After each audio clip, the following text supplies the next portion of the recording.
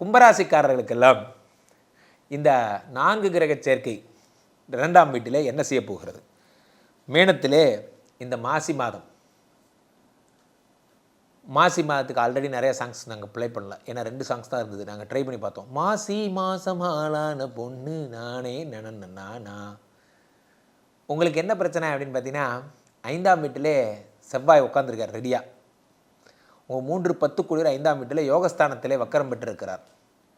3-10 குளிர் வக்கரம் பெற்றிருப்பது ஒரு ஒரு பிரச்சனையான விஷயம் என்றாலும் 5ஆம் வீட்டில் இருப்பது சிறப்பு. அதே நேரத்தில் 4ஆம் வீடான ஹோட்ட பாதகாதிபதி வீட்டிலே 2 கூடைய தனஸ்தானாதிபதி குரு போய் மாட்டிக்கிட்டார். 2 கூடையவர் மாட்டிக்கிட்டார். அதே மாதிரி 4 கூடிய பாதகாதிபதி உச்சம் பெற்று 2ஆம் வீட்டில் உட்காந்துட்டார். அதாவது இது எப்படின்னா, ஒரு பாலத்து மேலே நடந்து போயிட்டு இருக்கீங்க, பாலம் இடிஞ்சு போகுது, கீழே பார்த்தீங்கன்னா முதல்ல இருக்குது, அந்த பாலத்தோட முடிவில் 2 புலி இருக்குது, இந்த பக்கம் ரிட்டன் வரலான்னா பாம்பு இருக்குது, கிளையை பிடிச்சி தொங்கலான்னா அப்படிலாம் ஒரு கதை சொல்லுவாங்கள்ல, அந்த மாதிரி ஒரு நிலைனா அது இந்த நிலை தான். இந்த மாதம் 2ஆம் வீட்டிலே ஊரில் இருக்கிற எல்லாரும் வந்து உட்காந்தா என்ன ஆகும்? நம்மளை எல்லார்ட்டையும் கடன் கேட்க வைக்கும், எல்லார்ட்டையும் கடன் வாங்க வைக்கும். நீங்கள் கடன் படாமல் இருக்கவே முடியாது இந்த மாதம். ரொம்ப ரொம்ப ஜாக்கிரதையாக இருக்கணும். எறும்புகள் எப்படி வந்து குளிர்காலத்திற்கான சேமிப்பை உணவை சேமித்து வைத்துக் கொள்கிறதோ, அதே போல் நீங்கள் எல்லாம் என்ன செய்ய வேண்டும்? உணவை நீங்கள் வந்து இந்த மார்ச் மாதத்தை கடப்பதற்கான பணத்தை நீங்கள் ஃபஸ்ட்டே சேர்த்து வச்சுக்கணும். அல்லாமல் முடியாது, ரொம்ப கஷ்டம். காரணம் என்னவென்றால், உங்களுக்கு 2ஆம் வீட்டில் இருக்கின்ற இத்தனை ராசியில் சனி. இந்த ஆள் எப்போ பார்த்தாலும் நேரே போ நேரே வா.